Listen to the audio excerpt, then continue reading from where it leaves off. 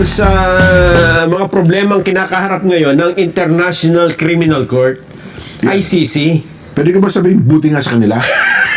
Huwag naman, huwag naman. Nako po. Ang latest na mga problema nila, Oh, ang dami nagwi-withdraw member state. na, di ba, pinakahuli daw, Venezuela. Venezuela. Oh. Pero sa taong ito, alam mo ba kung aling-aling mga bansa na ang nag-withdraw? Oh, Bukod dyan sa Venezuela na nitong nakaraang linggo ata ay bumoto, eto, nagbotohan yung mga mamabatas nila at ang boto nila ay kumalas na sa ICC, International Criminal Court. ganun. Bukod dyan, nako, ito mga bansang ito, yung iba dito hindi natin masyadong kilalang bansa Bansang Mali. Ayan, Ha? Mali, yes. Oo, Meron na nanonood dyan. wala, hindi ito sa San Mateo, ha? Mali. Yung MLY yun, MALY, Mali. Hindi, no. Ito pala, yung apat na bansa ito dyan na kumalas. Kung ganun. tawagan Sahel Black. Isang bloke sila, ha? Ano yan, South African area, di ba? Oo. South Africa nga ito, Mali, Burkina Faso at Niger jointly announced their withdrawal from the ICC in September 2025. Naku po. Oo. Kasi ang sabi ng mga bansang ito bias ang ICC dahil yung kanilang mga leader doon, ang leader nila sa mga bansa na ito, mga military ay inaakusahan ng ICC ng neo-colonialism. Ayun. So parang kinakasuhan na rin ng ICC. Ang Hungary, nag-announce din ng withdrawal noon pang June 2025 at magte-take effect June 2026. Nako. Di sa kabuan ngayon, bansa na lang kasapi ng dyan. Pawawas na Rome pawawas. Statute na ito. Oo. Pati mga malaking bansa, di ba, nag-aalis na rin dyan Ito ang problema ngayon. Bukod sa mga pag-aalisan ng mga miyembro, ito ang masaklap. Ano yan? Ano nangyari sa kanila? Nako, ito pong in-announce na sanction ni US President Donald Trump sa ICC ay nararamdaman na ng mga ICC judges. Nako po. Sa isang panayam, sa isang judge, ano pangalan nito? Wala na raw silang 13 pa. Ito si Judge Luz del Carmen Ibanez Carranza. Si Carranza, di ba? Attorney sa atin yan? Si Attorney Carranza? Hindi, taga Peru ito. Peru. Yan yata. Siya. Yan, nasa picture. Nasa video. Ano pangalan yan? Luz del Carmen Judge Luz Ibanez Carranza. Alam mo ba ang kanyang problema ngayon? Ano sabi niya? Yung kanyang mga hindi siya maka-order sa online platform. Ayun ang sinasabi ko sa Sabi inyo. niya, ako order pa meron mga parcel. Kaya pala walang dumadating na parcel sa akin. Ay sinuspindi yung mga credit card ko. So part ng sanctions yun sa kanila. Basta nasa kapangyarihan o nasa power ka, jurisdiction ka ng American government, halimbawa, bangko ka. Ang opisina mo meron sa European Union, di ba? Sa Europe kanila, di ba? Lalo Europe, tapos meron pa sa Amerika. Siya sabihan ka nung lahat ng ito yung mga pangalan ng judges, tanggalin nyo ito. I-freeze nyo ang kanilang mga bank account. So wala silang mga transactions ngayon, part ng sanctions sa kanila yun? Kaya pala sabi ko, wala silang 13-month. Wala. At hindi sila makapag-travel kung saan-saan. Yan. Hindi sila makaalis. Yan ang sinasabi ko sa Pati inyo yung mga ngayon. negosyong sumusuporta sa ICC. Kasi nga tinigil na di ba? Binabalaan ni Trump yung mga nagbibigay ng suporta sa kanila lalo na ngayon at ipinipilit kasi nila dyan na aarestuhin nila si Benjamin Netanyahu ng Israel. Nako. Lalong nag-iingit ngayon si Trump. May panibagong banta sa kanila. Bukod dyan ngayon pala ay ramdam na nila yung sanction na yon. Hindi lang sila, pati kamag-anak nila dyan. Ganon. Oo. Pati yung mga apelido Carranza. Ibanez. Nararamdaman kasi siyempre, halimbawa, sa isang bank account, magkakasama kayo doon, nandun yung pangalan mo, damay ka. Pati yung ka. kamag-anak yan, hindi kayo makawithdraw. Hindi, maka-withdraw. Ako po. Oo. Yan ang sinasabi ko sa inyo. Yes. Akala nyo kasi kayo lang ang makapangyarihan. Ito Oo. pa yung pinakahuli, di ba? Ito yung kay Meron Trump. pa. Yung Oo. kay Oo. Vladimir Putin. Yung sa Russia naman yan. Yung hindi lang para arrest warrant ang ibinigay doon, Jen, sentensya na. Ha? Ano sentensya? Sinentensyahan ng Moscow Court ang ICC prosecutor na si Karim Khan Nako yan, matindi karim ka na yan. at ang 8 pang ICC judges Oh. na makulong ng 15 taon. Nako, sila pa ang ikukulong ngayon. 15 years kasi pinapakulong nila si Vladimir Putin eh. Oo. Sabi niya ng Russia, teka, anong kapangyarihan niyo para ipakulong ang presidente namin? Nag-hearing ngayon sa Moscow. Oho. Ayun, Hearing in in absentia. absentia. May kaso sila ngayon sa Moscow. Oho. Ngayon, Jen, hindi sila makatravel sa mga bansa na malamang may Russian authority. Nako, halos magkakatabi yung mga yan, di Ayun ba? nga, oo. Di ba? Hindi Oo. mo kasi alam. Halimbawa, Jen, ito, bibigyan na example. Oh, sige, sige. Si Pangulong Duterte. Oh, yan, oh. Nakakulong yan sa kanila, di ba? Wala namang polis dito ang ICC, di ba? Wala. Kaya nga nag-coordinate sila doon sa Interpol, eh. Biglang dinampot, sinakay ng aeroplano. Oo. May question ba sa Pilipinas? Wala na ngayon, ando na eh. Ibig sabihin, mga ibang bansa, may question ba? Wala kung May mapasyon eh. gobyerno bang nagsasabing, ba't yung ginanyan? Hindi. Oo. Therefore, pag inaresto ng Russian ang mga ICC judges kahit sa Netherlands, alam, bilang dinampot. Oo. Sinakay ng aeroplano. Oo. Dinala sa Russia, doon sa itinulong. Russia. Oo. Anong questionin natin doon? Korte rin nila yung nagpapasya doon, di ba? Oo nga, no. Hindi ba? Lalo ngayon, kasi sa kanila, ladlock lang yan, tatawid ka na ng border. Sakay ka lang sa motorsiklo, di ba? Oo. Oo. Yan ang Oo nga, problema ngayon ng ICC. Nako. Matindi yung impact ngayon ng pangyayaring ito, Jen. Hindi, ramdam nila ngayon ang pangyayari. Ramdam nila. Magiging pressure kaya ito? Ano kaya magiging epekto nito sa kaso ni Pangulong Digong? Tsak, merong epekto Meron. yan. Hindi maring wala. Oo. Lalo't lalo na at yung prosecutor nila, yung Karim Khan na Yan, totoo yan. suspendido ngayon. Oo, may dahil kaso yan, di ba? Meron siyang sexual misconduct Yan. na kaso. Oho. Ito po ay dininig na ng United Nations. Ang nagdinig dito isang UN-led investigation team. Oho. Meron na raw pong findings pero hindi nilalabas, confidential pa. Nako. Oo. Pala, pwede rin damputin yan pag sinabing, na-receive ko yung text eh. Oo, pwede. Ano ba sasabihin? Kinopya lang namin yung Pilipinas eh. Oo. Oo. Ganun din ang ginawa yun sa kanila eh. Oo. Group effort to. Paano ko sinabihan ni General Torre? Oo. Arrestuin mo si... Iko-commission ka ng United Nations. Okay, iko-commission ka ng Russia. Oh, yeah. Arrestuin mo si Judge ganito. Oh. Naku po. Ikaw ang i-hire namin sapagkat magaling kang gumamit ng mga ano. Ng mga telepono ng bilang mga- yan, arrest oh. warrant. Yan, oh. Ang daming problema.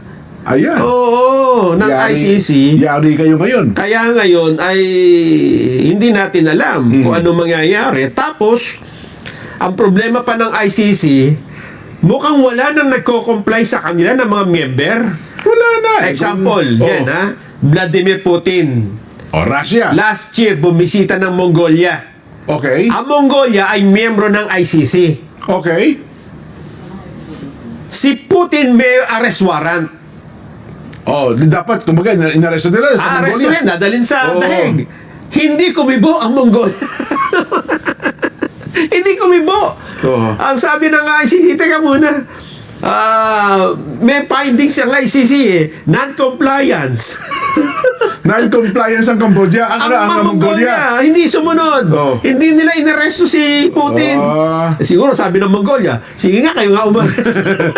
Baka pag inaresto namin to, maging pulbos ang Mongolia. Totoo. Ayan ang problema ngayon ng ICC. Noong isang araw, nanonood ako sa YouTube. Oh. Alam mo bang ang Russia pala isa sa may pinaka-dangerous security? Oo. May mga pinakamagagalit, pinakamapanganib na mga security. O ako man ang taga Mongolia, pag inaresto ko yun eh. Di ba? Buti sana kung panahon pa ni Kublai Khan. Yun na nga. Di ba? Hindi na, tapos na sila dun eh. Yun na. Sa era ng mga mandirigma eh. Oo. Sila'y mababait na sa Mongolia. Totoo. Ano ang problema ngayon, Jen? Mongolia tayo. Empire, Mongolian Empire. Oo. Eto ang problema. Di ba may kine-question na jurisdiction? Oh. Yung Pilipinas, yung ang kampo ng Pangulong Duterte. Yes. Ngayon, hindi makapag-desisyon ngayon ang appeals chamber ng ICC. Nagbigay pa sila ng dagdag na panahon para magpaliwanag ang magkabilang panig kung ano ang kanilang masasabi dun sa question ng jurisdiction. Kasi di ba ang question dito, ipinail nyo yung kaso, hindi na kami miyembro ng ICC. May technicality problem nga yan. Totoo ka. Kasi sabi nila, ang effectivity dapat yan. Kung nag-resign kayo, 1 year after, ilagpas na rin ng 1 taon eh. Ilagpas na rin 1 taon. Diba? Tsaka nyo, pinagana yung kaso, tsaka nyo na-file. Ibig sabihin, hindi nyo na kami miyembro. Ayun ang magiging problema nila. January 16 ang deadline ng pagpapile nung komento dito. Ako, nangagamba dyan, Nelson, baka sa mga susunod na taon, pati mga judges na yan, mag-resign na sa ICC yan. Amare. Kasi kung hindi ka na makasweldo ba't ka pa, di ba? Oo. Ang problema nito dyan, halimbawa lang kasi ang sinasabi lang ngayon ni Trump, puti yung Netanyahu Yan, tsaka yung sa Israel baka biglang masabi niya pati Duterte. Kasi my friend Duterte, di ba? My friend Duterte. Sabi naman ng Vladimir Putin, my friend Rodrigo. Ano mangyayari ngayon? Ayan magiging problema natin. Di kayo tinawagan yung digong, pare, tulungan nyo nga ako. Masyado akong ginigipit ng mga... Di ba? Siguro nga, no? Baka walang telepono lang doon eh. Totoo. Pero baka pagka tumawag si Digong kay Putin, kahit kay Putin lang eh. No? Totoo. Ang laki ng impluwensya ng mga yan. Lalo ko, sabi kahit mo ng Amerika, di ba? Ang US. Halimbawa, i-raid nila yung ICC. Pag-aarestohin yung mga nandun. Sasabihin nila, may court order.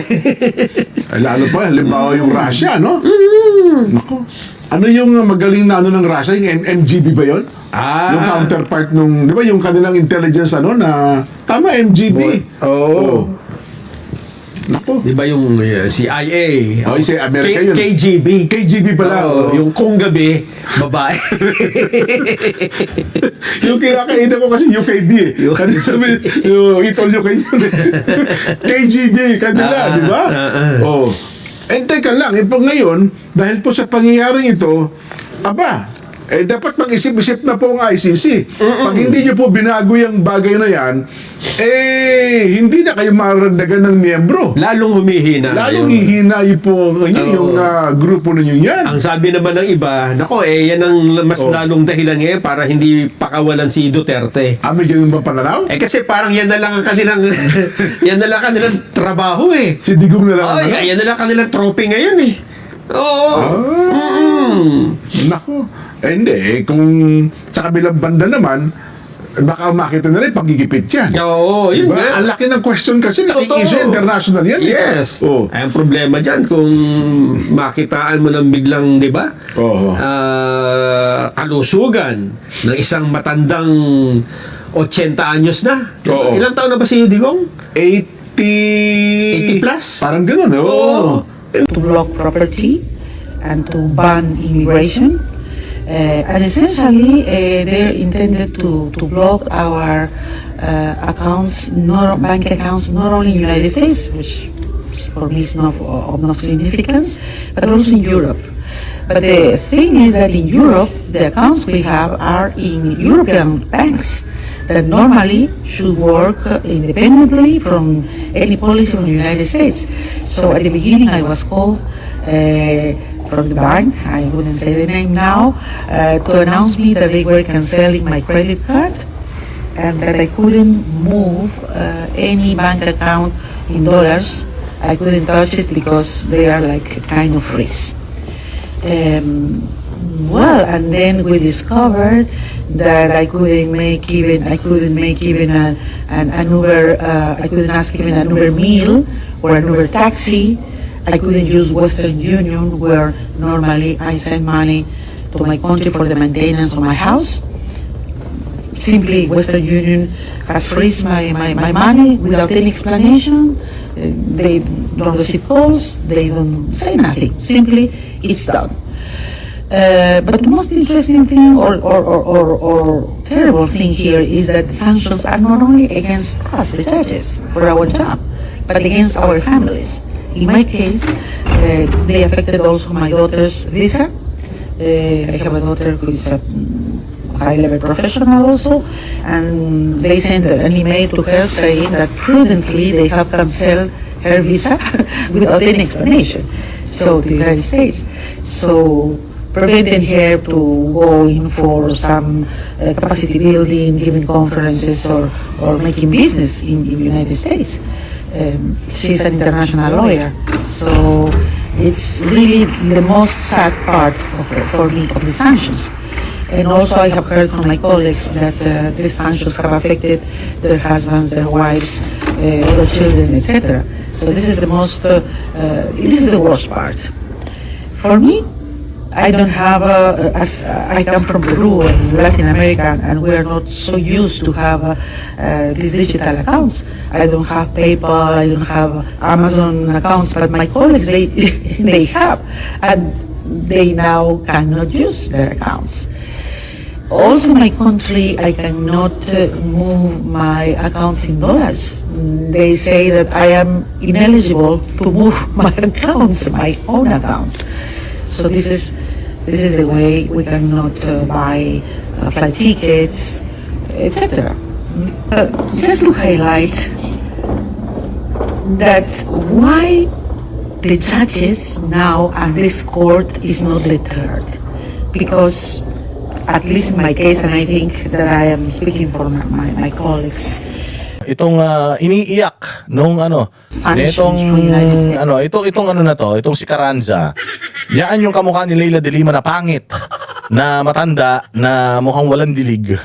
Yan yung nag-deny. Yung nagbasa ng denial ng ICC sa lahat ng mga motions ni Pangulong Duterte or ni Kaufman para makalabas pansamantala si Pangulong Duterte. At nakita nga talaga natin, sobrang bias talaga noong kanilang decision, considering na ang pinag-uusapan natin dito is human rights violation.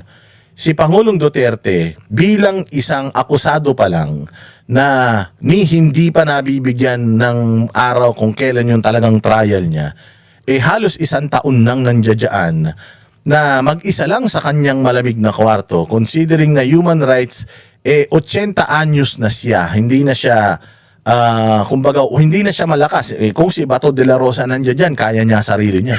Pero si Pangulong Duterte hindi at 80 plus years old, talagang kailangan meron na siyang help. Kailangan talaga meron na siyang 24 hours na na kasama na nag-a-adhere sa kanyang mga whims or pangangailangan.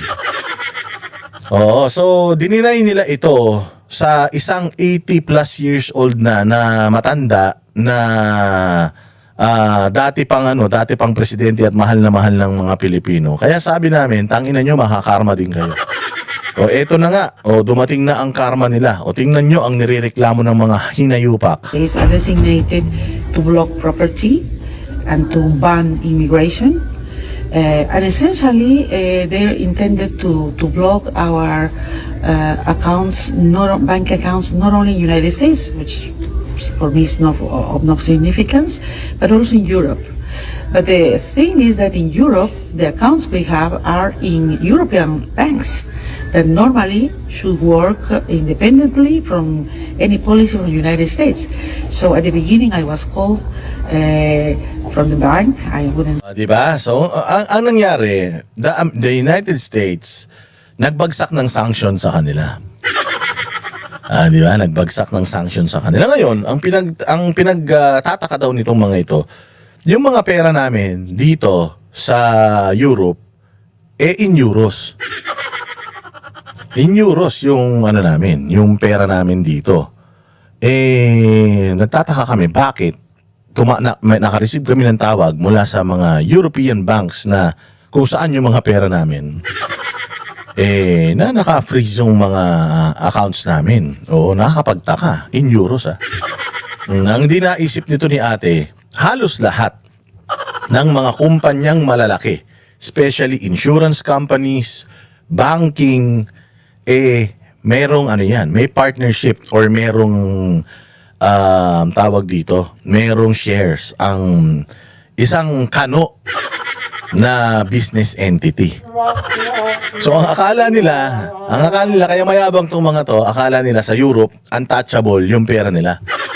Hindi nila alam na even the banks in Europe, yung Amerika, may mga investments yan. At kapag may investment ang Amerika sa bangko na yan, meron siyang kapangyarihan na mag-desisyon according sa kanyang shares. Kaya ngayon, ang laki ng problema nito, mga putang ina nito. Kasi ang iyabang nila, sabi nila, kasi Amerika man lang yan, wala man akong dollar account sa Amerika, pero hindi nila alam, tangina matalino si Donald Trump. Sabi ni Donald Trump, ganun O sige, tingnan natin. Ayan na nga. Say the name now to announce me that they were canceling my credit card and that I couldn't move any bank account in dollars. I couldn't touch it because they are like kind of freeze. Diba? Naka-freeze. Yung kanyang credit card, canceled. Halimbawa, ano ba yung credit card mo? Mastercard. Ano ba yung credit card mo? Visa. Ano ba yung credit card mo? Ano ba yung ano mo? Ano ba yung bangko na ano mo? Ano ba yung bangko mo? Ang bangko ko is for example, ano ba mga bangko sa Amerika? Ano ba? Citibank. Citibank. At inay niyan. Mga ano yan, mga US-owned yung mga yan. Tapos, nag-partner lang dyan sa mga bansa na yan. Di kanupa din yan. Yari kayo ngayon. Hindi ngayon sila makakilos. Wala nang pambili ngayon ng lubricant to si Manang. Mukhang tuyot na tuyot pa naman yan. Kailangan niya ng mga pampadulas. Yari siya. And then we discovered that I couldn't make even an Uber. I couldn't ask even an Uber meal or an Uber taxi. I couldn't use Western Union. Putang ina nyo. Hindi sila ngayon makapag-Uber Eats. Gago ka ba? Sino may-ari ng Uber? Putang ina, Amerika. Ang ina nyo naka-spread out ang mga businesses ng Amerika. Hindi porkit nasa Europe ka. Pucha ina, sikat na sikat pa naman dyan. Uber. Walang Grab dyan Walang Angkas, walang Joyride. Pucha, Uber lang. Meron mga app yung mga taxis nila dyan. Pero iba kasi talaga pag Uber sobrang secured ka sobrang safe ka. So ngayon, and then in all over the world, Uber talaga ang sikat na sikat. And that's an American company, tanga. Yari siya ngayon. Normally, I send money to my country for the maintenance of my house. Simply, Western Union has freezed my money without any explanation. Gulat na gulat siya. Hindi pinreeze daw yung pera niya ng Western Union. Kung di ka ba naman tanga, Western nga West. Saan ba ang West? Di ba Western, ang may-ari ng Western Union, Amerika? Pucha, yari kayo. So, gulat na gulat sila. Akala nila, tangina, yari tayo nito. Akala ko, porkit nasa Europe tayo, hindi tayo maapekta ng sanksyon ng Amerika. Pucha, nakaabot pala yung galamay ng Amerika dyan sa Europe. Pucha yan, kahit sa Russia, mamali-mali ka lang, makalagpas ka isang hakbang lang. Border ng isang probinsya ng Russia yung mahakbangan mo dahil nasa Europe ka, malapit-lapit na yan, border na lang yan Bigla kang napunta ng mga border ng Russia, napahakbang ka ron, pucha, kulong ka. They don't receive calls, they don't say nothing. Simply, it's done. But the most interesting thing or terrible thing here is that the sanctions are not only against us, the judges, for our job, but against our families. in my case, they affected also my daughter. Oh, putang ina ka. Tingnan mo. Oh, ngayon nagagalit ka dahil dahil daw yung sanction daw sa kanya hindi lang sa kanya kundi sa mga pamilya nila. Oh, putang ina mo. O, di ba ganyan din yung ginagawa nyo kay Pangulong Duterte? Dahil sa panggigipit nyo kay Pangulong Duterte, hindi nyo lang ginigipit ang pamilya niya or siya. Ang ginigipit nyo, pati pamilya niya. Pati yung mga Pilipino na nagmamahal sa kanya. Putang ina nyo, you reap what you sow.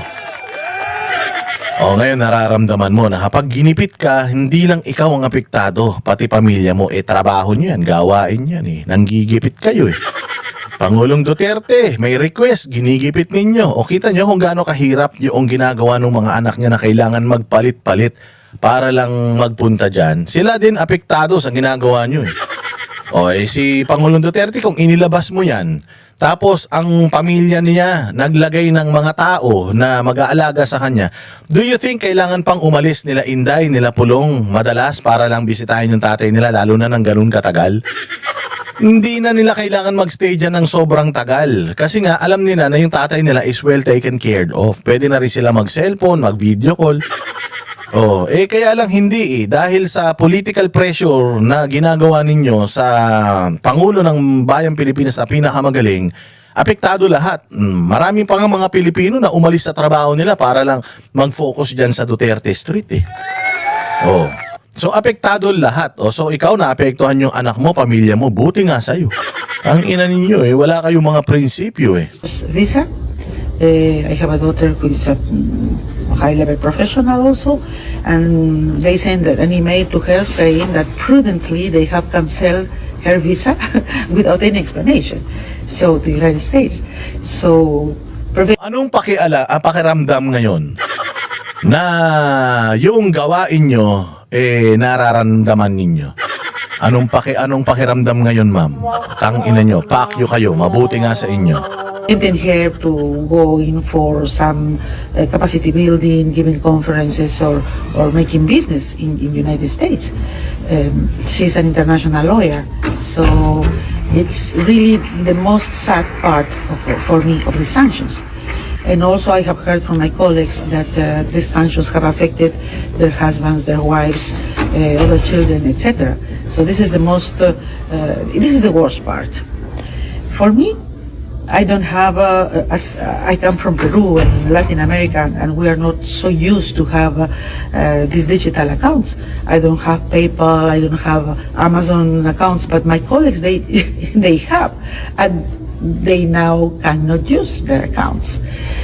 Also, in my country, I cannot move my accounts in dollars. They say that I am ineligible to move my accounts, my own accounts. So this is the way we cannot buy flight tickets, etc. Just to